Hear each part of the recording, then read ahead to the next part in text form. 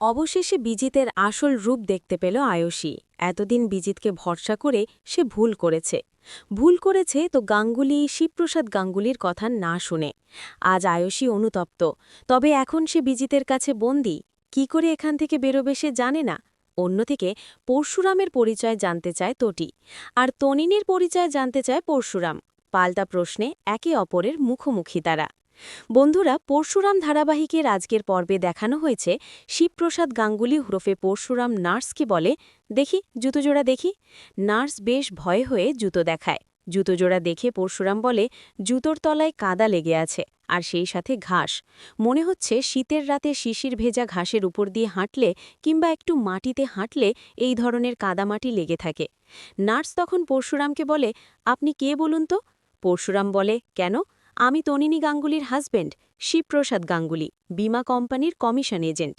Nurse তখন মনে মনে ভাবে, এই স্বামী স্ত্রী এরা একে অপরকে এভাবে আড়াল করছে কেন? স্ত্রী কোথায় যাচ্ছে, কি করছে, স্বামীকে কিছুই বলছে না, কিন্তু এমন লোকচুরি কিসের? নার্সের মনে চলতে থাকে হাজারো প্রশ্ন। নার্স ওখান থেকে চলে যায়। অন্যদিকে পিক টটিনিকে খাইয়ে দিচ্ছে। তখনই ঘরে আসে পরশুরাম ওরফে শিবপ্রসাদ গাঙ্গুলি। শিবপ্রসাদ গাঙ্গুলি তটিনীর পাশে দাঁড়ায়। পিক বলে, মাম্মি তুমি পাকে খাইয়ে দাও। শিবপ্রসাদ তটিনীকে বলে, তোমার কি পিককে খাইয়ে দিতে কষ্ট হচ্ছে? তটিনী বলে, না, আমার একটুও কষ্ট হচ্ছে না। পিক তটিনীকে খাইয়ে দিচ্ছে, তটিনী পিককে। তখনই পিক বলে, মাম্মি তুমি পাকে খাইয়ে দাও। শিবপ্রসাদ বলে, আমাকে খাওয়াতে হবে না মা, আমি বরং তোমাদের খাইয়ে দিচ্ছি। এই বলে শিবপ্রসাদ পিক তটিনীকে খাইয়ে দেয়। খাবার মুখে নিয়ে পিকু কাঁদতে থাকে। পিকু বলে, মাম্মি পাপা তোমরা ভাইকে ফিরিয়ে আনবে তো? ভাই আমার কাছে ফিরে আসবে তো? সেটা শুনে শিবপ্রসাদের তনির মন খারাপ হয়ে যায়। এদিকে দেখানো হয় আয়ুষী ঘরে শুয়ে আছে। তখনই ঘরে আসে বিজিত। বিজিত আসতেই আয়ুষী লাফিয়ে ওঠে। আয়ুষী বলে, তুমি এসেছো? তুমি দরজা লক করেছিলে কেন? তুমি কি দরজায় তালা দিয়ে গিয়েছিলে? আর চাবি কি তুমি সাথে করে নিয়ে গিয়েছিলে? বিজিত চুপ করে আছে। আয়ুষী বলে, কি হয়েছে বিজিত, আমার প্রশ্নের উত্তর দাও। তুমি আমাকে ঘরে তালাবন্দি করে কেন গিয়েছিলে? হ্যাঁ, কেন গিয়েছিলে?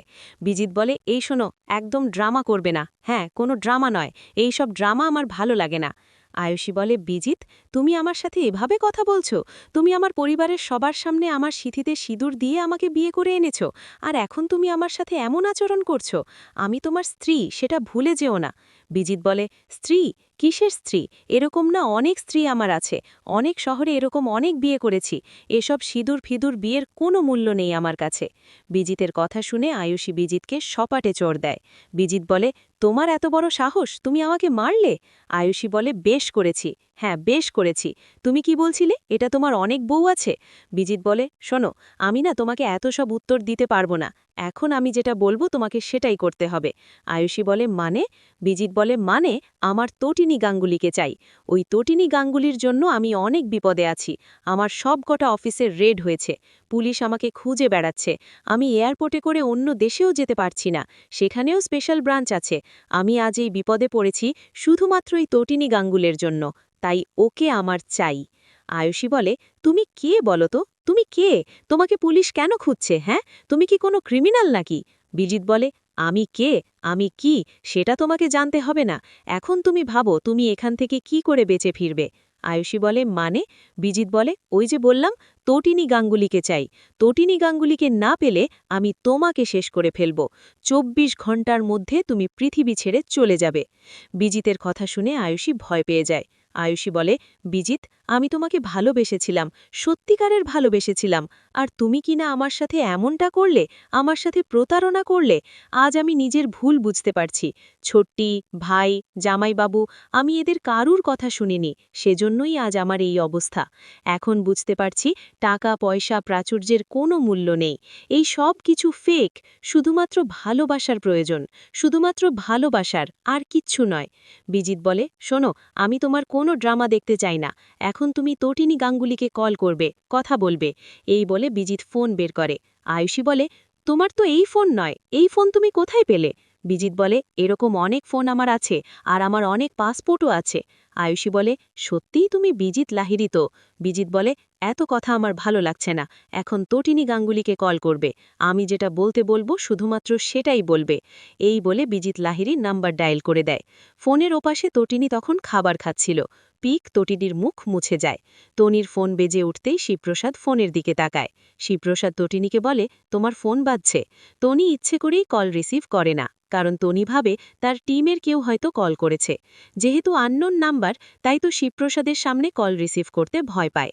এরই মাঝে ফোন অফ হয়ে যায়, আর সে বিজিতকে বলে, কেউ ফোন তোলেনি। বিজিত বলে, কি, কল রিসিভ করলো না? দাঁড়াও। এই বলে বিজিত হসপিটালে কল করে। রিসেপশনিস্টকে বলে, আমি তটিনী গাঙ্গুলির সাথে কথা বলতে চাই, এমার্জেন্সি বলুন। আয়ুষী লাহিড়ী কল করেছি, বিজিত লাহিড়ীর ওয়াইফ।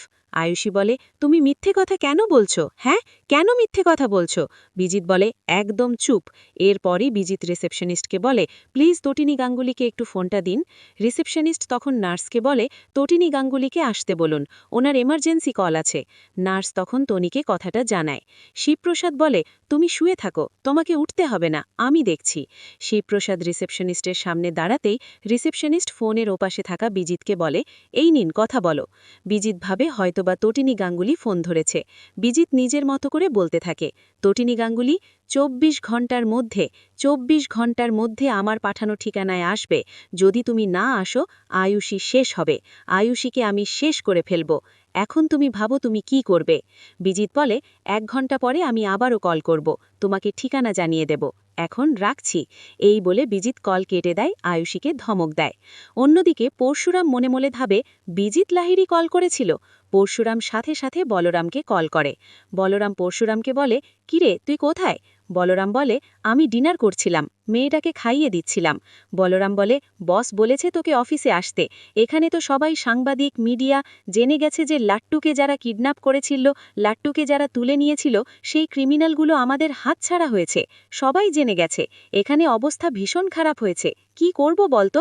পরশুরাম বলে, তুই চিন্তা করিস না, 72 ঘন্টার মধ্যেই আমি এই কেস মীমাংসা করব। আপাতত একটা নাম্বার দিচ্ছি, নাম্বারটা ট্র্যাক কর, এক্ষুনি, এমার্জেন্সি। এই বলে পরশুরাম বলরামকে নাম্বার বলে। অন্যদিকে তটিনী বলরামের সামনে এসে দাঁড়ায়। বস বলে, পরশুরাম কোথায়? বলরাম বলে, ও এখন হসপিটালে আছে। বস বলে, হসপিটালে কি করছে? বলরাম বলে, ও ডিনার করছে স্যার। তখনই বস বলে, আর এখানে যে মিডিয়া, প্রেস সবাই জেনে গেছে তার বেলায়? বলরাম বলে, ও বলেছে 72 ঘন্টার মধ্যেই কেস মীমাংসা করবে, আর তারপরেই জব ছেড়ে দেবে। বস তখন বলরামকে বলে, ও যদি 72 ঘন্টার মধ্যে কেসের মীমাংসা না করতে পারে, ও এমনিতেই সাসপেন্ড হয়ে যাবে। বলরাম বলে, বুঝেছি স্যার, এখন আমাকে এমার্জেন্সি একটা নাম্বার ট্র্যাক করতে হবে। বস বলে, ঠিক আছে, যাও। বলরাম ওখান থেকে চলে যায়। এদিকে পরশুরাম পিছনে তাকিয়ে দেখে তটিনী দাঁড়িয়ে আছে। পরশুরাম বলে, তটিনী, তুমি এখানে? তটিনী বলে, ডক্টর বলেছেন আমাকে একটু একটু হাঁটাচলা করতে, নইলে তো আমি একেবারে শয্যাশায়ী হয়ে যাব। তটিনী বলে, ও আচ্ছা, ঠিক আছে, তুমি হাঁটো, আমি বরং পিকুকে নিয়ে বাড়িতে যাই। পিকুকে বাড়িতে নিয়ে গিয়ে ওকে ঘুম পাড়িয়ে দেব। সকালে আবার উঠতে হবে, ওর স্কুল আছে, আমাকেও কিছু বাজারহাট কেনাকাটা করতে হবে। এই বলে শিবপ্রসাদ পিকুকে নিয়ে চলে যেতে চায়। তখনই পিছন থেকে তটিনী বলে, কে কল করেছিল? শিবপ্রসাদ বলে, কে কল করেছিল মানে? তনি বলে, আমাকেই তো সেই লোকটা খুঁজছিল, আমার সাথেই তো কথা বলতে চাইছিল। তখনই শিবপ্রসাদ বলে, তুমি কোথায় গিয়েছিলে তটিনী? তনি বলে, আমি পড়ে গিয়েছিলাম। তো বন্ধুরা, বুঝতেই পারছো, জমে উঠেছে পরশুরাম ধারাবাহিক। কি হতে চলেছে আগামী পর্বে? পরশুরাম ধারাবাহিকের পরবর্তী আপডেট পেতে আমাদের সাথেই থেকো। ধন্যবাদ।